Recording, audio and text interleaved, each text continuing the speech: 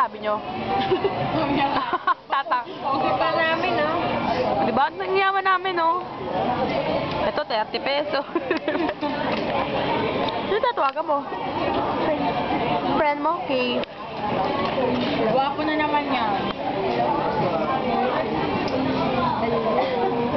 Hi! Melissa, hi!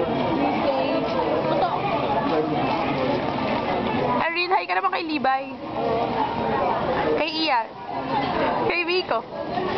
Kay Conde. Hi, Conde! Yeah! O ikaw kay Nico. Woo! Conde. Wala pa naman. Siyempre, ako naman. Sabihin mo. Hi, Conde! Hi. Love you, Conde. O, sige, babay na kayo, babay. Ibabay ka, Erin.